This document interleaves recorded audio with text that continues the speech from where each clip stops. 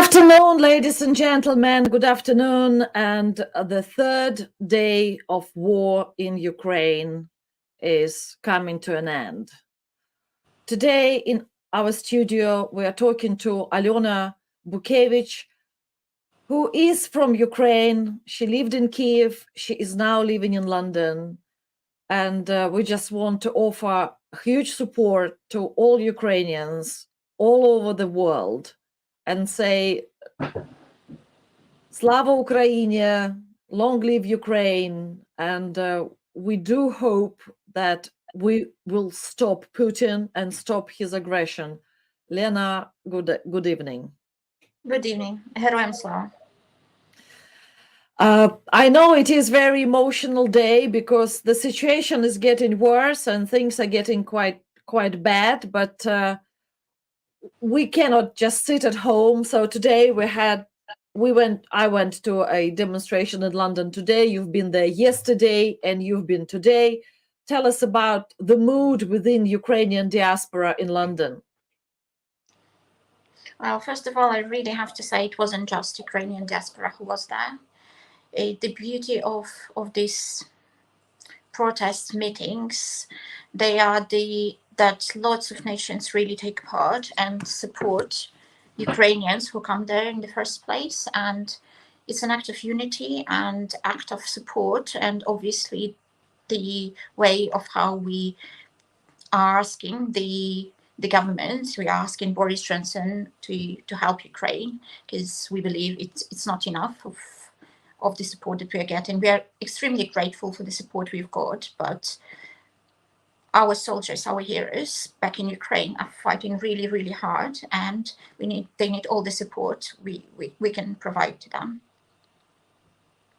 Thank you very much. Yes, I saw Lithuanian flags, Ukrainian flags, Polish flags, Belarusian flags, Romanian flags, Russian and Russian flags as well. Yeah, so people were obviously trying to do something about it. And the question is if we will be able to stop that aggression of Putin. The question is, what would you ask Europe now to do? Because there were many questions to switch off SWIFT, to give Ukraine more troops on the ground, boots on the ground. They need soldiers. They need more support. The aircraft. I mean, they need basically everything.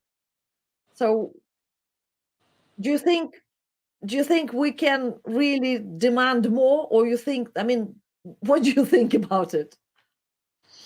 Well, what I think about it, I know that Ukraine has made tremendous efforts, and the whole world really, including Russia, never expected us to hold on for that long. And it's really, really huge and heroic effort. And I think the thing that is helping the soldiers is that they are doing the right thing and they're protecting their homes, including civilians who went as volunteers and got some basic weapons to be able to protect their families, to protect their homes. And I think that's the strength of us, because we know what we are fighting for. We are fighting to survive, basically, for our country to survive. But if you ask me what we need and why we are getting together, yeah, of course we are showing support. We want to show support, but yeah, there are a few things, very practical things that we are asking for. And one of them, and the one that is not really being considered enough, is protecting Ukrainian sky. Because the Ukrainian troops, with the existing weapons, we are working so hard on the ground, but unfortunately, we do realize it might not be enough for us to. It's just not enough. We need to protect the sky so that we can continue doing what we do on the grounds. And this is something, I think, which is being overlooked between all our demands. I know that SWIFT, Russia may be banned from SWIFT system in a couple of days, probably. I know that European Central Bank is already looking into it from technical perspective, how to do it. The question is, will it be enough? And I think it will take some time for Russia to feel the consequences of that.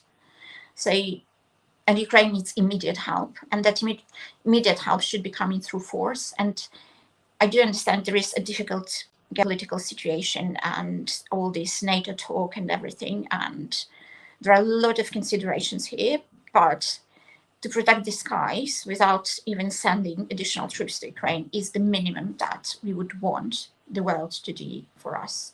Because effectively we are a shield that protects Europe and the rest of the world, that is protecting democracy and basic human rights. I can't agree more, to be honest, because Ukraine was left exposed, completely exposed to Putin aggression, and nobody expected the Putin will attack.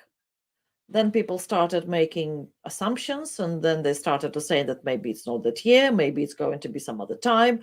But do you think that Ukraine was prepared for this war? Do you think you knew what was happening, or it came as a shock to everybody? I think it naturally came as a shock because no one really believed it will happen. I mean, we thought it might, but I don't think anyone could, especially our generations, we haven't seen the war. I think we have the feeling of the war in our genes, but we never seen it. We all, I think, were raised with the fear of war as something absolutely terrible, which should be avoided at any cost. And we didn't believe that there will be someone who will just go against it, especially someone who sort of survived it with us back then, like Russia fought so fearlessly in the Second World War, and the world seemed to have said never again. And here it is, never again, repeated.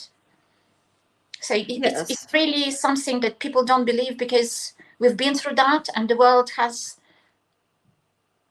In Europe, we all respect the human rights, the boundaries of the countries. Overall, that like this convention, someone might disagree with something, and there are ways of resolving this through diplomacy, through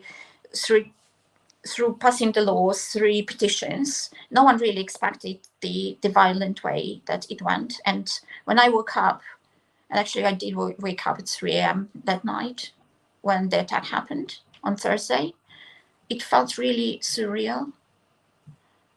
I couldn't believe it's difficult to process. You can't expect people to process the war has started like it's something normal. And I'm glad it's not normal, because when it becomes normal, like it did in the eastern part of Ukraine, where the war was ongoing for 8 years, it's actually terrible when it becomes something, a part of your everyday life. So naturally, it was unexpected in that way. But in the same time, what I must say really, that Ukrainian army has improved hugely from 2014 until now. And that's something I know from a number of friends who evidenced it themselves, that Ukrainian army 7 years ago and Ukrainian army now are at very different levels. And probably that's why we are holding up still.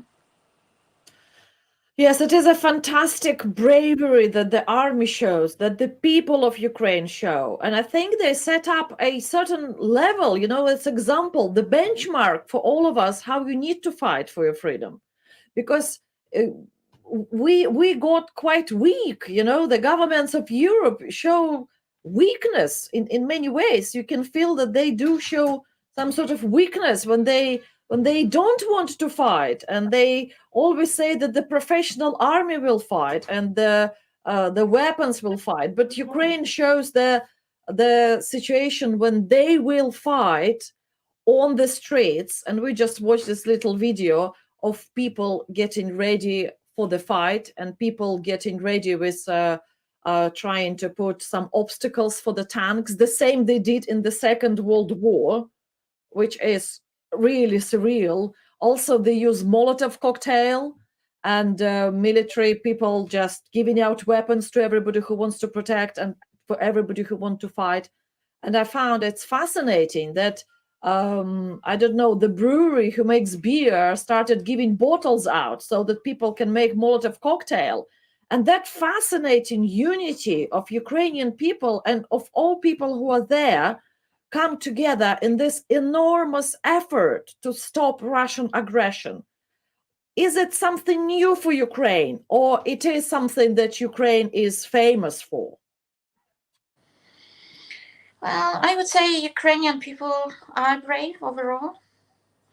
but you really can't say from the day-to-day experience to what they're experiencing now. I think these are two completely different situations. And honestly, from myself, I don't know how I would behave in the circumstances like they are. Maybe I would run away. I can't really say. Maybe I would be a coward. Maybe I would want to hide. So I'm extremely, extremely proud. And I seriously, I almost always have tears seeing these heroic, absolutely heroic deeds of people who are just protecting all of us. So to me, it's something really fantastic. And to be honest, I don't think you can know you have it until you are in the situation where you can prove it. And to be honest, when I look at them, I don't think I would be able to be that brave. Sorry. I I think mean, you will I be. wish I would, but I don't think I can. I think you would. We don't know what we hold inside, and we don't know who we are really. But there are lots of groups also dealing inside Kiev. The groups who are putting special marks on the buildings, and to create this artillery, the air assault markers. And I understand that Russia starts attacking kindergartens, kids' hospital, just hospitals, civilians. And I think what Russian army is famous for is attacking civilians. So I am only hoping that civilians will be able to fight it. People with whom you're talking, people on the ground who are now in Ukraine, how does it feel for them? What do they say? Well, it really depends on the area, but for people in Kiev, it seems like it's going to be another very, very difficult night. And from what I've just read, and again, I don't want to take responsibility and say it's confirmed, but it looks like the Children Cancer Center was attacked, which just last year won a grant for extremely expensive equipment, which allowed for low invasive surgeries. So it seems like we are losing that, and I can't imagine what strategy can that be. It's not just civilians. It's think about it. What can be worse? Cancer Center for Children. So I can't imagine what could really excuse it, and decide that civilians are involved or not involved. Obviously, they are. When you look at these videos, again, I've seen these videos, but I think they are verified because they've been posted by very reliable media that Russian tanks have been destroying accidental, obviously civilian cars trying to escape the dangerous city just to do harm because there is no other purpose in it. This is really, really scary. People who are trying to get away and get some safety just for the purpose of it as a gesture. That's what they do. And I know it doesn't happen with every tank or anything, but it still happens, and it happens in the city which we used to be safe, which is where basically the whole Russian civilization starts from. It's Kiev, and that's what they do. So I don't have an excuse for that, and I don't see how you can stay aside. Yes, so somebody saying that Ukraine is up against a superpower. Man, this is sad. I think Ukraine is against military superpower, but Ukraine has another kind of superpower, which is power of willingness of the people to fight for their rights, for their freedom. And it was enormous bravery of Ukrainian people in 2014 when they stood up to all that Putin's government and all these corrupted officials and overthrown that government. And I must admit, when I look at the government of Ukraine now, I can see that those people were elected. People did trust them. And now those guys are all in Kiev. They all protecting the city. They all fighting with everybody. They do support morale of people. And I think it's enormously fascinating to see the democracy working. And doesn't matter how much we were criticizing Zelensky, or many people were criticizing Zelensky, and before Poroshenko was criticized, and the government officials always get some critique, of course, and it's actually healthy when they do get some critique. But now I can see this enormous unity behind the government of Ukraine, enormous unity to protect the structure, to protect their democracy. Do you feel it as well? Well, I think for us, it's not just democracy. For us, it's really the matter of well, probably it is democracy. That's the country we chose to live in. Yeah. It might not be perfect. We have been building it, and with our mistakes, and it's our own way, which we are trying to find since 1991. And yeah, it has not been easy for us.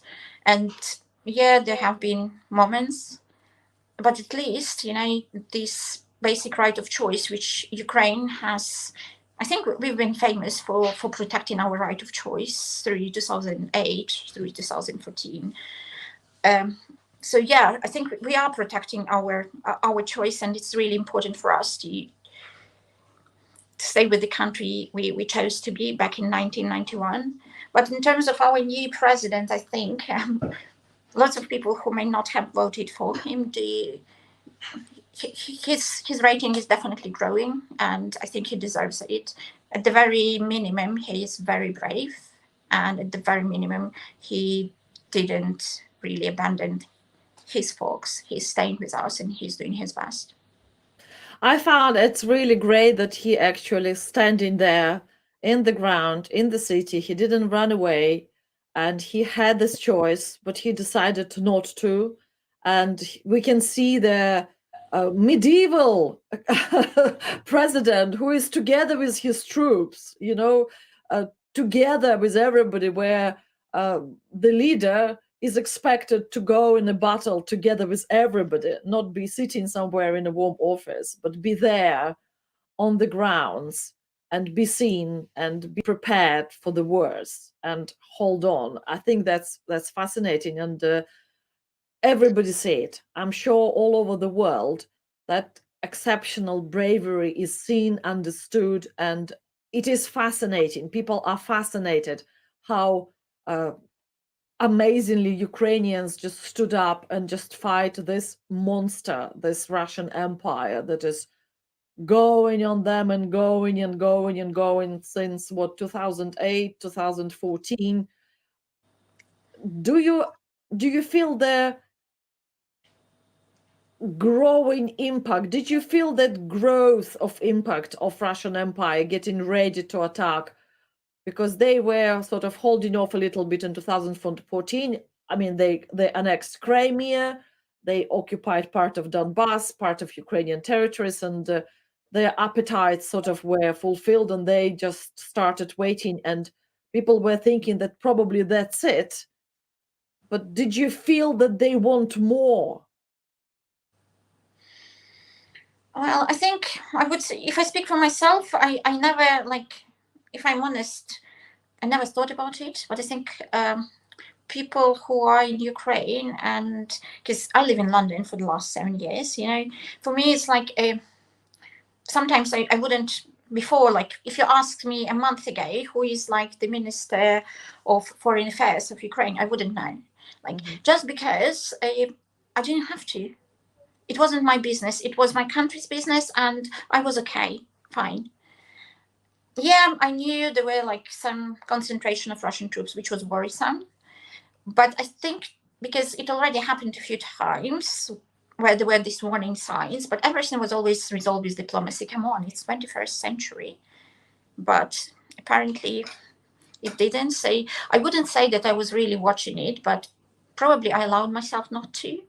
I never expected it to happen. So I don't know, maybe call me naive or not caring enough, but the reality is you don't expect it to happen, really. That's very true. You don't expect somebody to start bombing your city. Exactly.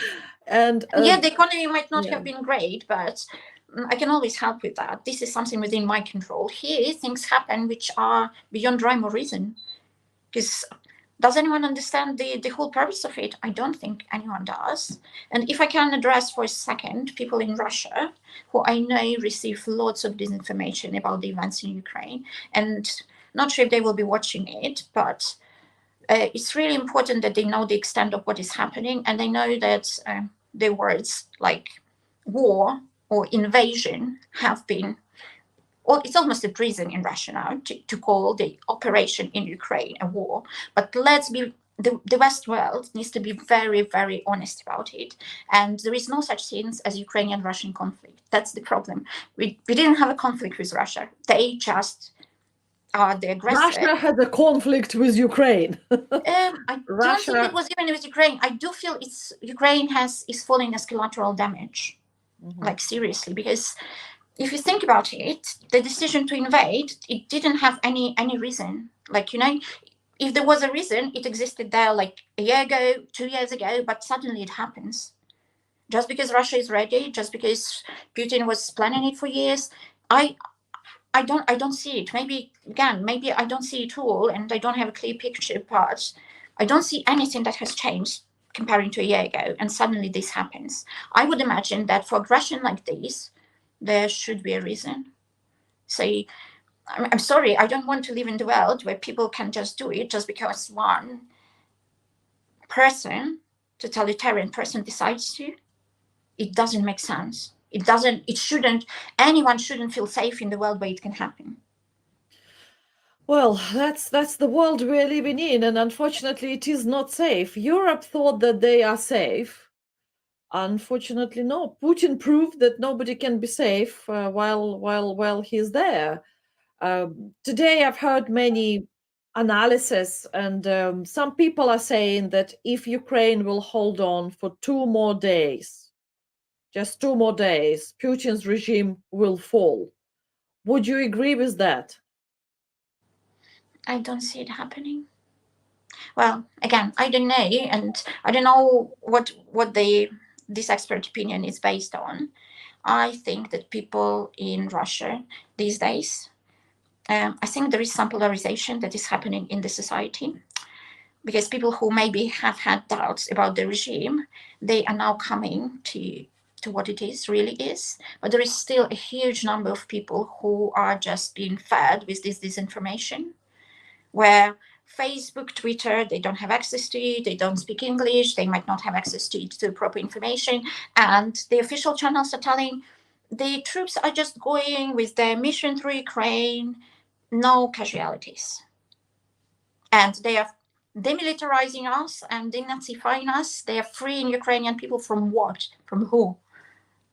From democracy. Apparently. They're trying to free Ukrainian people from democratic government, from democracy, from human rights, from good economy, from investment. They're trying to free Ukraine from good health service, from ability to go on a demonstration. So this is quite a difficult times, because the disinformation of Putin is massive. And when I hear Russian television, and for the last year, I've started listening to more and more Ukrainian television programs, I can see the drastic difference in mentality. Ukraine doesn't have that propaganda machine. Yes, you guys were discussing your problems, you were talking about things that are wrong and how to improve them, and you were arguing and making peace and talk about everything that was discussed in the society. In Russia, in Russian television, I don't see any sense at all. It is just constant argumentative lying machine. It is just a constant propaganda. And I don't know how many people, how many millions of people are subjected to it. I think there are lots of explanations to that, and I don't want to blame people for that, because you need to step out to be able to see what you were in the first place, and people don't have a chance. Plus, the other reason probably is they don't want to feel excluded, and that's what is like feeding the system. But again, I really I really think that's what is happening with the war in Ukraine. People who see it as a war and who sooner or later will realize it is or was a war. I think the further polarization of the society will happen, and fewer people will be so blind. But I'm not sure if 2 days of Ukraine holding up will really be the key source of it. Well, we are hoping we are hoping that in Russia the realization of what's happening is coming. That people start looking at casualties, they start understand what is really going on, and I don't know if you believe. I know some Ukrainians don't believe, but the captured soldiers, Russian soldiers, saying that they were not told where they were going, and they thought that this is the prolongation of their military activities. I believe it because they could be lied to as well.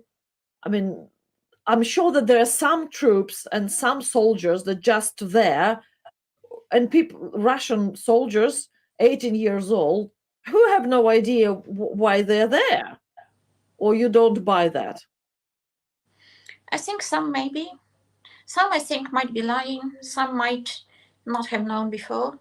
Because I think Russian military practices, they were known before, because when those were studying exercises, then people were just sent to Chechnya and died there. It just, at the moment, I think for people it's very difficult to realize what's happening here, because they've been told there are no casualties at all, and their mothers, as we know a few already cases of people who were captured in Ukraine, don't know where their sons are. And even though they might have been captured yesterday, they still have not been told that. And they may have learned that from some journalists who may have reached out to them, that their sons are actually captured in Ukraine because they were sent for the military operation. Basically, they were sent to war. And when I think about that, it scares me even more. I feel so sorry for these mothers and for these guys, because if no one is here, if no one is fighting, if there is no war, how are they going to receive their bodies? Ukraine has asked for the assistance of Red Cross to help transport the bodies of the soldiers, Russian soldiers, back to Russia so that they can have the basic right of being buried, I'm not really sure with the policy that is being held, if no one died here, no casualties, how these people are going to get buried, really. How their mothers are going to cry about them, I don't know. I've heard about the like portable crematoriums that Russians were supposed to put up to burn the bodies and then just say that we don't know what happened. Right, and leave their mothers for the rest of their lives questioning that. I and would not believe given a chance that. to mourn and to say goodbye. Yeah, I would believe that, because this is how Russia is. That's how they treat people. This is how So people I feel very sorry for those mothers, and I feel very sorry for those people. I know they insulted Ukraine, knowingly or unknowingly, but I still feel very, very sorry for them. It is very sorry state of the affairs, but I wonder.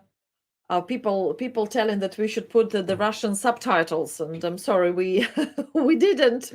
Or maybe the subtitles will be automatic subtitles will be later. But I am really sorry about mothers in Ukraine as well, the Ukrainian mothers who are losing their children, and they how can I say, the war is the war, and they're going to be devastation on both sides. But I am sorry for mothers who are in Ukraine, the mothers of Ukrainian soldiers, because Ukrainian mothers were fighting for their freedom. The Ukraine fights for the freedom, and Russian mothers just let Vladimir Putin to do what he wants. Russia don't fight Vladimir Putin. Russian people just sitting there afraid. Same happens in Belarus. So I understand what happened. They did suppress society over 20 years or 27 years in Belarus. So there is absolutely nothing people can do in those very suppressive autocracies.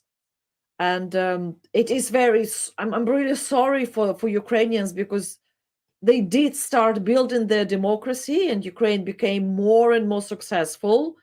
And I think they were one step away from really show how successful a country can be when the country is coming out of Russian control. Do you think that could contribute to the situation?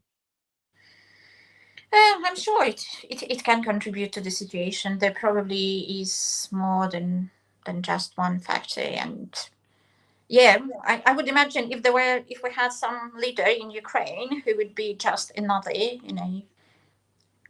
I don't want to call names, but could would be someone who would be just doing what Putin wants. There wouldn't be a situation like that. But apparently, in his speeches, he seemed to refer on a few occasions to Ukrainian regime, which he wants to change. So everyone expected it after that speech. I think after he recognized the independence of the two republics, Ukraine of the LNR and the DNR. I think it was already clear he will try to attack. He will start the war, and Yeah, I understand that. I remember when Vladimir Zelensky in München, he started talking about Budapest Memorandum and the guarantee of sovereignty to Ukraine. And if those guarantees cannot be fulfilled, Ukraine can start developing nuclear weapons.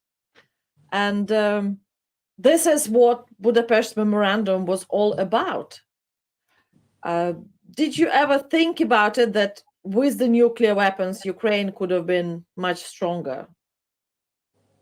well, you can't help but think these days what would have happened if, yeah. Again, being like very much against any kind of war, I think, yeah, having nuclear power itself without using it makes you stronger. So, and with the neighbor like we have, it looks like that's the only force that they understand. But seriously, that's the conversation, and I think we all are extremely afraid of, and we shouldn't be having it. Like, it's actually very scary that we start discussing these things as if they are part of normal life. I think there shouldn't be nuclear power used. I think there shouldn't be any war. And Russia has started it. And I was asked today actually by a German journalist, how do I think these things will finish? What will be the end of it? And that's the thing, if I'm all for fights to stop, but if Ukraine stops fighting, Ukraine stops to exist. If Russia stops fighting, there will be peace. That's true. That's very true. I'm only hoping that Ukraine will hold on, and that weapons that are coming now from Poland, and there are more weapons, there are more supplies, and Ukraine will stay firm, and the Russians who are currently in Ukraine will just stop their advance, and just troops will just stop, or at least some of them, or at least Well, partially. we're also very much outnumbered. I don't think the weapons only will be enough, I'm afraid. We are asking for some more intervention from NATO, at least protecting our skies. This is extremely important for Ukrainian troops because they're already doing more than any human being would be able to. Absolutely. Yeah, so I think we can now show the interview with Anna Levitska, with whom I talked yesterday, Alena's friend, who is now hiding in Kiev and hiding near Kiev. She managed to get out of the capital, and she's now there. And I've asked her specifically what the West can do, and she sent me the recording of her words, and I think we could put it on and just listen to what she said. Okay, so now I'm sitting in a very old house with a very old wall, a kind of a basement we are hiding in from the possible bomb shellings, because here in this village everything is quite calm. Okay, so what European Union can do? Actually, the European Union is doing a lot. Providing lots of different sanctions, but sanctions can be stronger. in economical and energetic sphere, first of all. What also all the countries can do separately is refusing buying Russian gas and oil, especially oil, because this is the main part of Russian budget, actually. So the second one, prohibiting two Russian ships going to the ports of different cities in the world. So when Russian ships can stop in different ports, they lose lots of money. So you can beat them in this sphere, in this part of their economic too. So the next one could be, for example, banning Russians from getting their visas to European Union, because we all know that that they like to have their vacations in Europe, to educate their children in Europe, etc., etc. Also, I know that the Council of Europe has done the step we've been waiting for a long time. The Council of Europe has expelled Russia from its members. That's something I know from Deutsche Welle and their sources. So I really congratulate this step, but I would like to say that it should be done much earlier. About different international organizations, United Nations. So we all do really need Russia to be expelled from the Security Council, because the terroristic state has no right to be the member of Security Council and have the right of veto on different important decisions. And I would be for expelling Russia even from United Nations in general. What also could be done? I think that this list can be continued and everyone can contribute in this list, but most of all, yes, I think that economical and diplomatical steps can be prolonged. Oh, by the way, yes, SWIFT, we are waiting that Russia is cut off from SWIFT financial system. So, but yes, in any case, this list can be prolonged. Thank you for your attention, and we are looking for your support. That was message from Anna from Kiev, and some points of her speech are already getting fulfilled, and I'm hoping that she will see her dreams coming true, because I can see massive response in European public, in the population, in the general population. I think everybody can see what Russia is about, what Vladimir Putin is about, and I think people of Europe would like to stop it. And hopefully, things that they thought will not be coming up are now coming up, and I'm hoping that the dreams will come true and the war in Ukraine will stop. Well, I think we should all stop now and go and have a cup of tea and maybe go to bed. I'm sure nobody can sleep properly those days. And sorry for that, but we still have the demonstrations. We still have demonstration. All right, then we can just watch the demonstrations. Roger, I will be leaving. I'm wishing us all strength in this fight. Thank you very much. Thank you, Lena. Thank you for coming. This is the demonstration in London today, and the same demonstration was the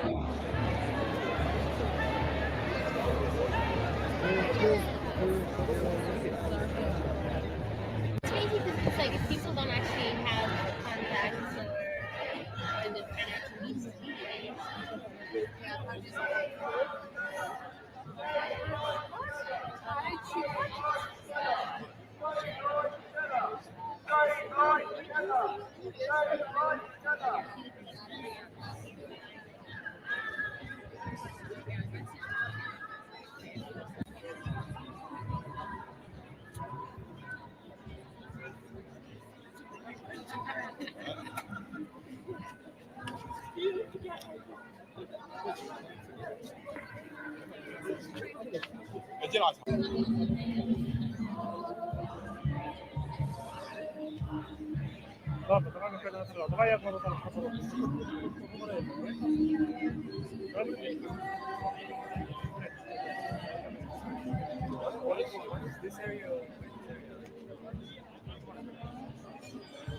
There were many people today who were asking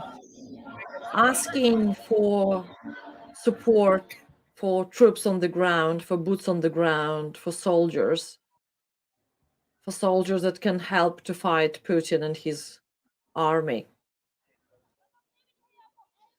I'm now on number 10 Downing Street, and as you can see, there is a huge demonstration in support of Ukraine and against war in Ukraine. Number of people in London gathered today to stop the war in Ukraine, to stop the aggression of Vladimir Putin. Everywhere you can see people asking, stop the war, support the Ukrainian army, stop killing Ukrainian children, and bring peace to Ukraine.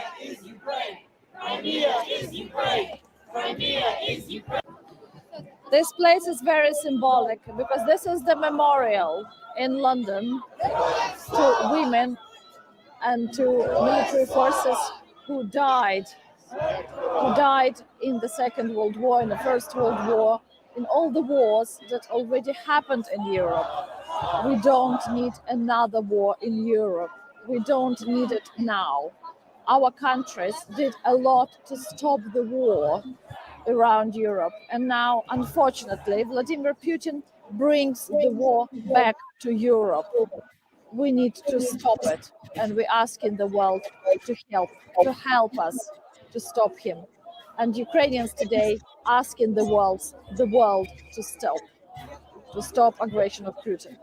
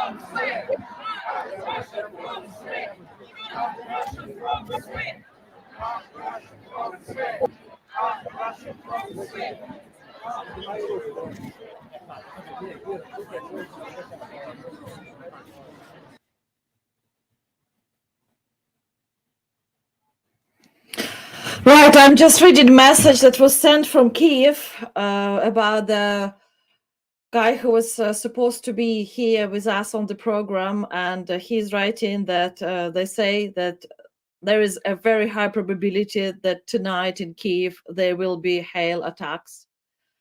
That is, the air defense will not be able to repel the hail. Please, those in Kiev, spend the night in the bomb shelter, especially if you live on high floors, because high floors are the biggest risk. The night will definitely not be quiet. Hold on. This is alarm. We go for now. So I think he was going to the shelter himself and couldn't come tonight. And this is the sad events that are unfolding all the time in Ukraine, but for us today in London and wherever you are safe, it's a very good night. And let's pray for Ukraine, pray for them to survive. Thank you very much for your attention. Good night to everybody.